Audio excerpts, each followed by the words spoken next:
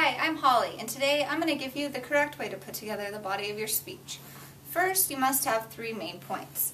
We label these main points with Roman numerals 1, 2, and 3.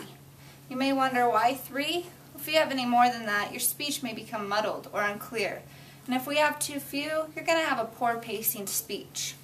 Your main points must always support your thesis and can be arranged chronologically. They use cause and effect. You can use categories, making sure for each main point you have 3 subpoints, which we label with A, B, and C. And your subpoints must always support your main points.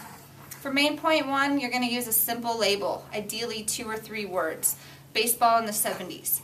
Then you're going to follow that up with a stat or a fact. If you do use a stat or a fact as your subpoints, you need to make sure that you cite your source, the author's name, the date, what book, website, or magazine that you found it from. This creates ethos, which adds a level of professionalism to your speech. For main point 2, our simple label will be baseball in the 80s. This time we're going to use an analogy or a comparison. If you do use a comparison, break it down, make it more simpler for your audience to understand, remembering that your main points support your thesis and your subpoints support your main points. For main point 3, our simple label will be baseball in the 90s. This time we're going to use an example or a definition. If you do use a definition as your subpoints, you also need to make sure you break that one down, make it more meaningful to the audience.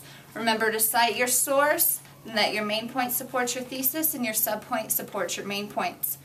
We're going to end today talking a little about transitions. You need to make sure you have both movement and verbal transitions.